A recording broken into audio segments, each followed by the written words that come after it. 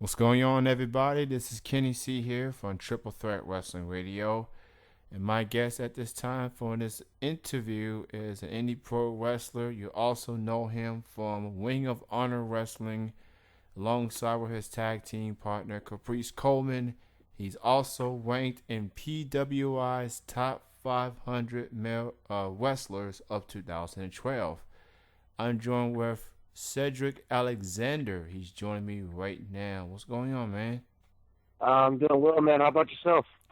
I'm doing real good, and thank you for joining me for this interview. No problem. Anytime, boss man.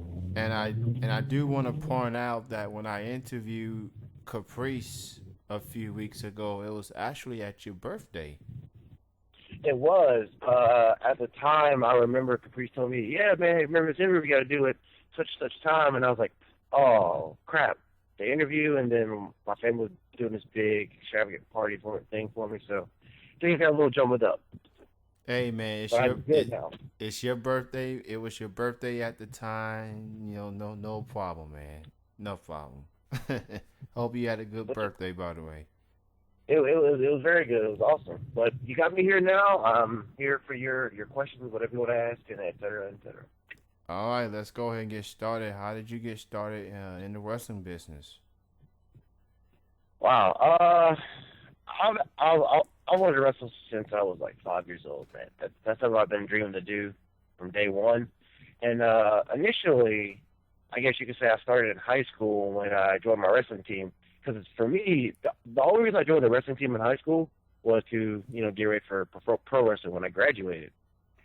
So to me, that's how it initially started. But I officially started training for pro wrestling in May of 2009. May of 2009, I think was, I'm trying to narrow down the date here. I want to say it was the 12th, May 2009. It was when I started in training in Charlotte, North Carolina, at a place called High Spots.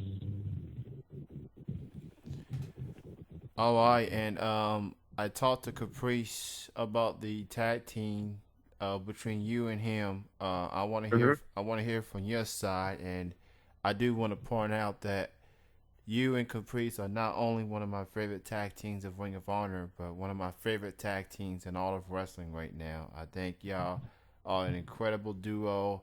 The personality and just the chemistry that you two have. So it's remarkable stuff that what y'all two are to do in the ring, and I commend y'all both for that, man. And I thank you very much for that compliment. I'm a little bit flustered that you said that. I appreciate it very much. So how did the team between you and Caprice came about? Well, let's see here. I remember back in early 2010, there was a gentleman by the name of Greg Price who was running to run shows out of Charlotte and called them the NWA Wrestling Legends or something like that. And before each show would happen, Tony Blackman would run a seminar with the guys who'd be on the show, to critique little things, et cetera, et cetera, because, Greg was a stickler for perfection. So there were guys in the seminar who had been in the seminar for, 10, who had been wrestling for 10 years, but did the seminar anyway, just to, train with Tully. And me and Caprice were only black guys in the seminar. And we would always joke, like, man, if we, stay close to each other, they might end up splitting into the tag team. We gotta separate this. And lo and behold, next thing we know, Ring of Honor called us saying, hey, guys, we want to do this thing with you, and so on and so forth. And it just kind of skyrocketed from there. And obviously, y'all two are a part of Ring of Honor Wrestling. It is a remarkable company. The tag team division looks impressive. Um, what made you decide to join Ring of Honor, man? How did that came about? That came about, actually, now that I think about it, my first match with Ring of Honor was totally by accident. What happened was, me and a friend of mine, Caleb Conley, were going up to Ring of Honor's headquarters in, I believe it was Bristol, Philadelphia, not Philadelphia, Pennsylvania. Up in Bristol, up in Pennsylvania, we were going to deliver DVDs and a ring up there, and, drive right back. But then they stopped and say, hey, can you guys wrestle? We were like, yeah. Right. Caleb, you're in a match with so-and-so. Cedric, you're in a match with Necro Butcher. I'm like, holy crap. Necro Butcher. So, thankfully, we had our gear. We got geared up, and I remember that match with Necro was nerve-wracking because I was like, oh, I never thought I would actually be here. Then after the match with Necro, I sat and thought to myself, like, man, I could really see myself in this locker room. And of course, I was a fan for, X amount of years, and I was thinking to myself, like, man, if I went up there, it'd be cool. After the match with Necro, like, man, I could really do this if I stick with it long enough. And hopefully, yeah, I mean, thankfully for me, they liked me a lot and brought me back for some shots here and there. And I guess they really, really like me now because they just re-signed my contract not too long ago. Mm. Um, Obviously, Ring of Honor, I believe, it's just a week and a half, 2 weeks removed from the last show that y'all had, Death Before Dishonor. I think that was the name of it. And Yes, and you and Caprice were in the tag team title tournament. I think y'all made it to the final four. Obviously, the new tag team champions are a team that calls themselves Scum, SCUM. That will be Kevin Steen's homeboys, Jacobs and Corino. Yes. Talk about being in that tag team tournament. Well, when the tournament was announced, me and Caprice Ross and I was like, man, are they going to put us in this tournament? Or are we going to, get a shot, and et cetera, et cetera? And at the time, we still had our proving ground match left to cash in a title shot. So if they didn't put us in a tournament, we were thinking, oh, okay, well, we can still use that title shot that we were owed to beat the Briscoes in that proving ground match last April. But they ended up putting us in a tournament, and we were like, okay, who are we going to face? Who are we going to face? And we got the lucky draw facing the Young Bucks, a team that I enjoy wrestling just because I think they bring a lot out of us as a team. But man, when we actually beat the Young Bucks, I literally peed my pants a little because it was so unbelievable that not only did we advance into the tournament, but we beat one of the best teams in the world today in the Young Bucks. So that was a big moment for us, and it was very helpful in our confidence as a team. And I gotta say, the tag team division on paper looks great. You got the Briscoes, you got you two, you got the Young Bucks, you now got Jacobs and Corino. Mm-hmm. I mean, the tag team division is stacked from top to bottom, and y'all being the tag team that's been together for quite a while. I mean, y'all had your matches, you had your moments. Do you feel like that you and Caprice doesn't get that much attention when it comes to the tag team division? Well, yes and no. I say no just because we haven't really been in Ring of Honor all that long. This is, approaching our 1 year mark as being a tag team Ring of Honor. But I think we make our waves and we get our attention tenfold when we have these breakdown awesome matches with teams like Scum and the Bucks and the Briscoes and World's Greatest Tag Team and so on and so forth. But I think we can definitely do a lot more than what we're doing now. It's all but a matter of time to find that right place and that right opportunity. And speaking of Ring of Honor, I mean, not just the tag team division, but the company as a whole, their wrestling is very impressive.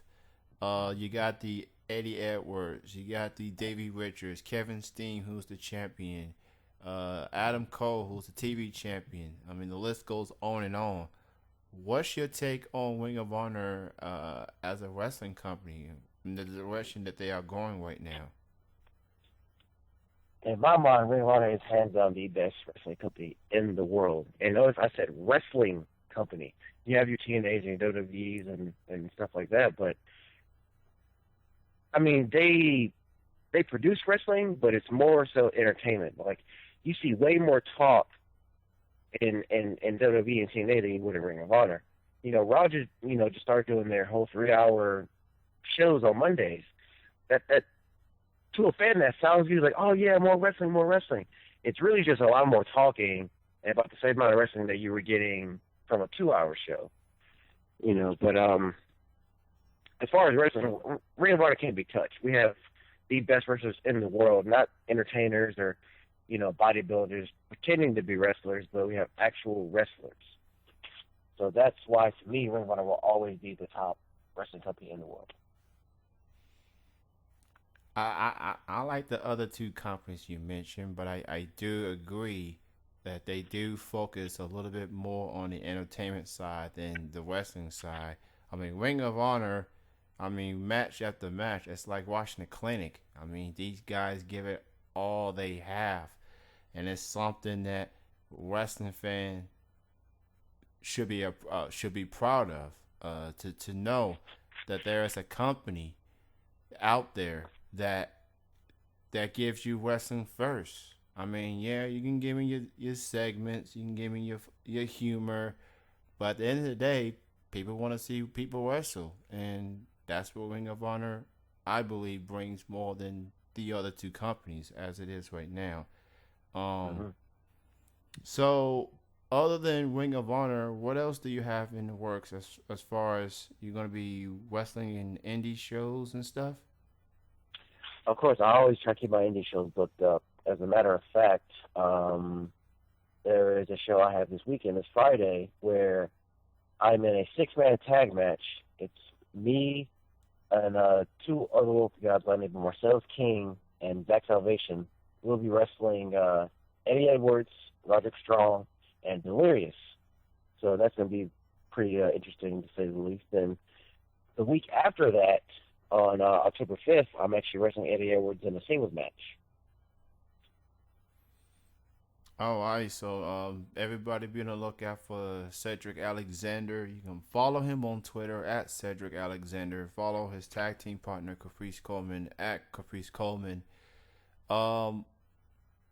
Recently, Pro Wrestling Illustrated has released their top 500 wrestlers list, and you and Caprice, among other Ring of Honor wrestlers, have made the cut.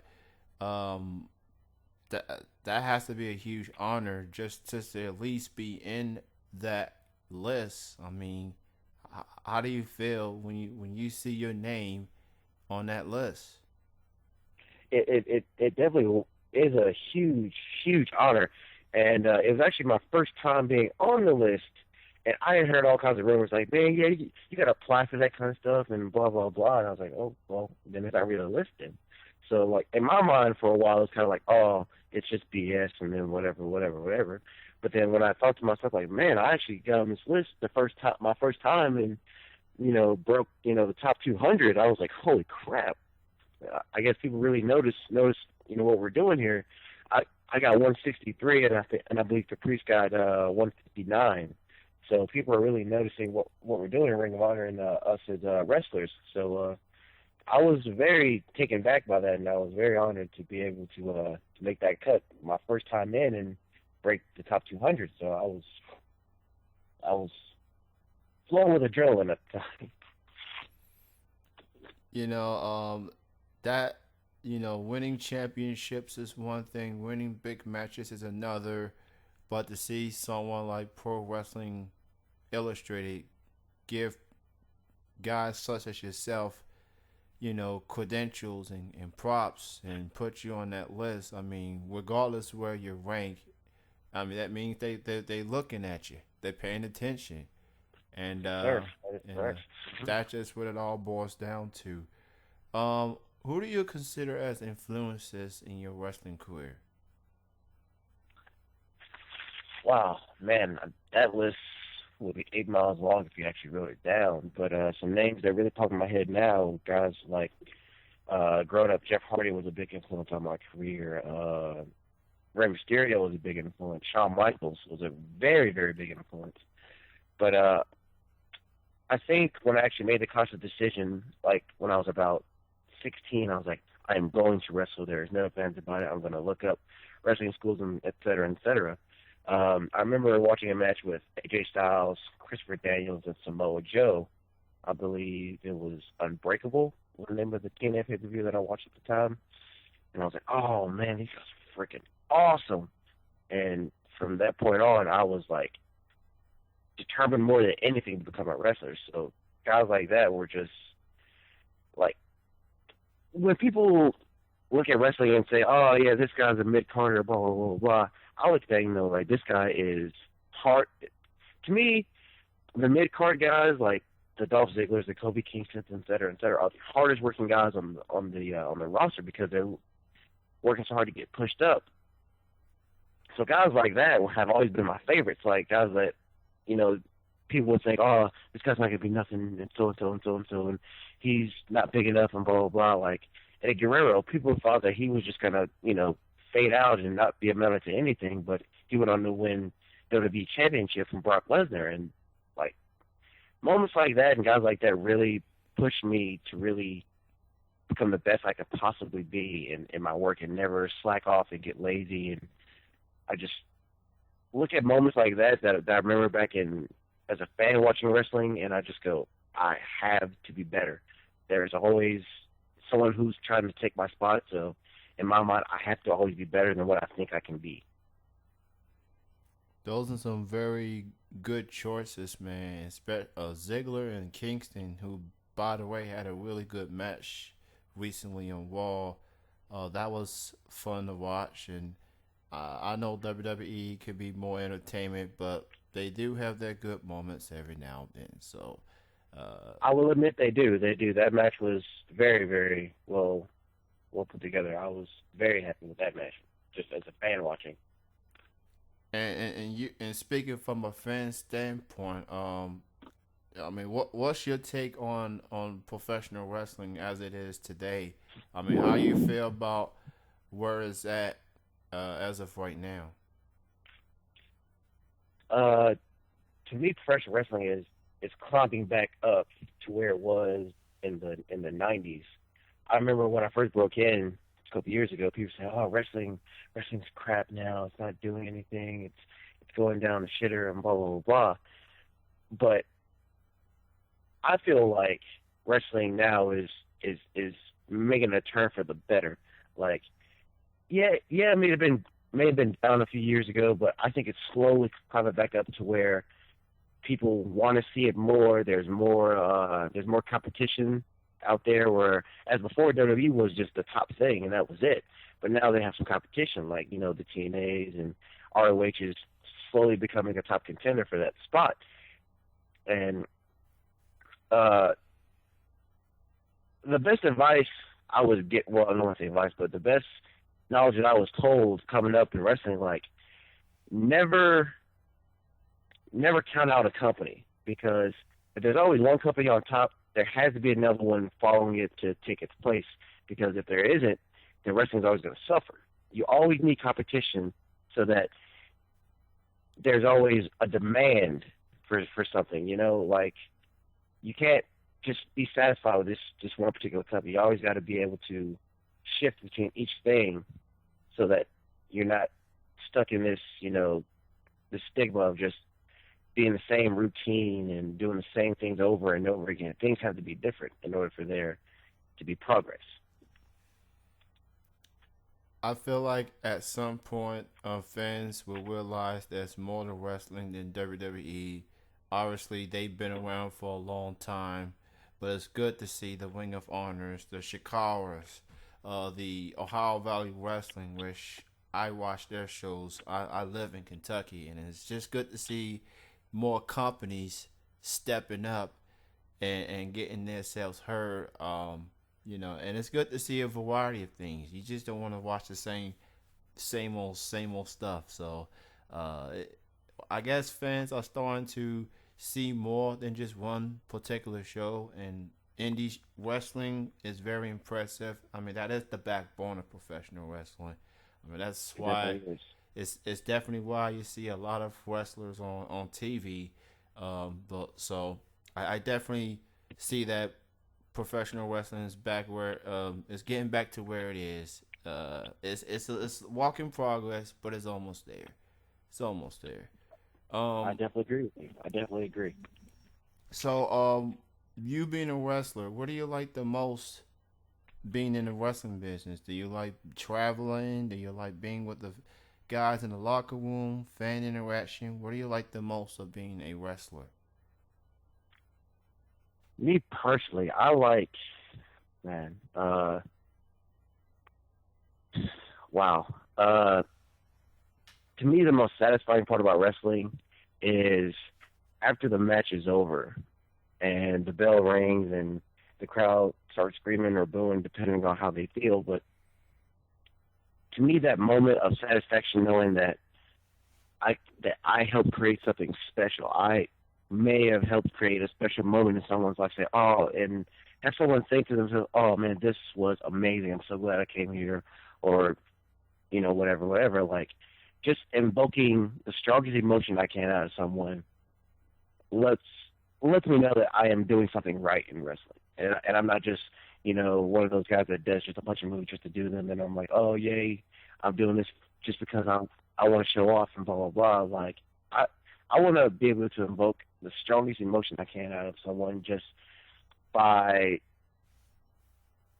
creating the best possible match I can possibly create with another person or tag team, et cetera, et cetera.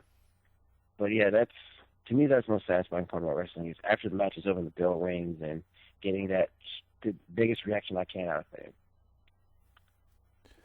And considering that you and Caprice, there's no doubt in my mind that I believe y'all will be future Ring of Honor tag team champions at some point. As y'all get y'all Willie, you got Ring of Honor's attention. I know you got the rest of the tag teams division attention as well. Other than wanting to be a Ring of Honor tag team champion, what are some other goals you'd like to accomplish? Wow. So most goes always accomplished. Well, of course, Rework Tag Champ is definitely up there. I would really like to travel overseas and get some experience in Japan. That is a long term goal that I have definitely wanted to do for a long time. Not just in wrestling, but just to say, hey, I've been to Japan. But as far as wrestling goes, Tag Champ, going over to Japan, and somewhere eventually down the line, hopefully, and a lot of people have so-called said this, but no one's ever told me it, but hopefully be a Ring of Honor World Champion one day. Yeah, you never know, man. The sky's the limit for you, and I'll definitely see you doing more big things as well as Caprice. And it's good to see brothers out there Yeah. in the ring competing. You know, the wrestling industry has come a long way of giving African Americans the platform. Dating back to Soulman Rocky Johnson, Tony Atlas. Then you got the Junkyard Dog, and the list goes on and on. And to see people like you two and Kofi and Truth um, and it's good to see brothers getting their shine in the wrestling business. It's satisfying Right. as a fan and as an African American myself. Um, what would your advice be to anyone out there that wants to become a wrestler? What would your advice be? My advice would be if you're going to pursue being a professional wrestler, want to do it. Don't think you want to do it. You have to know you want to do it and take it seriously. You know, don't waste your time because you think, oh man, this guy can do it. I'm athletic. I can do it too. That's not what it is. Once once you get into wrestling, from the first day, you're gonna know if you want to do it forever or not. Because taking those first few bumps, hitting those ropes the first couple times, you're gonna realize that this is not easy, and it's not something that any Joe Schmo can come off the street and do this. So my advice to anyone who wants to be in wrestling is don't think you want to do it, know you want to do it. And when you know that you want to do it, you bust your ass at it. You do anything, whatever you have to do to make sure you become a success in this business because it is the hardest, most hated, most loving thing you could possibly do with your life. There's so much you're going to despise about wrestling, but then at the same time, you'll find 10 times more things that you will love about it. Well said, man. Again, you can follow Cedric on Twitter at Cedric Alexander. Do you have any other social network links that you want to promote? I have a Facebook also under Cedric Alexander, and I thought about doing touts for a while, but I was like, kind of iffy on that. So be on the lookout for a possible tout account, maybe. I'm not sure. All right. Well, for the time being, Facebook and Twitter is the way to go. I mean, I understand there's too many options for social media, and people want to limit Uh, limit their options. So, um, well, Cedric, it was great talking to you. Thank you for your time, and like I said, I'm a huge fan of you and Caprice and Wing of Honor. I wish you and Caprice many more success and hopefully future Ring of Honor Tag Team Champions. But thank you for your time, sir, and wish you the best, man. Do you have any final words and shout outs? Shout out to all the fans. Keep supporting independent wrestling. Keep supporting Ring of Honor. Just keep supporting wrestling in general. And thank you for having me on the show. All right, and thank you everyone for listening. This will conclude the interview.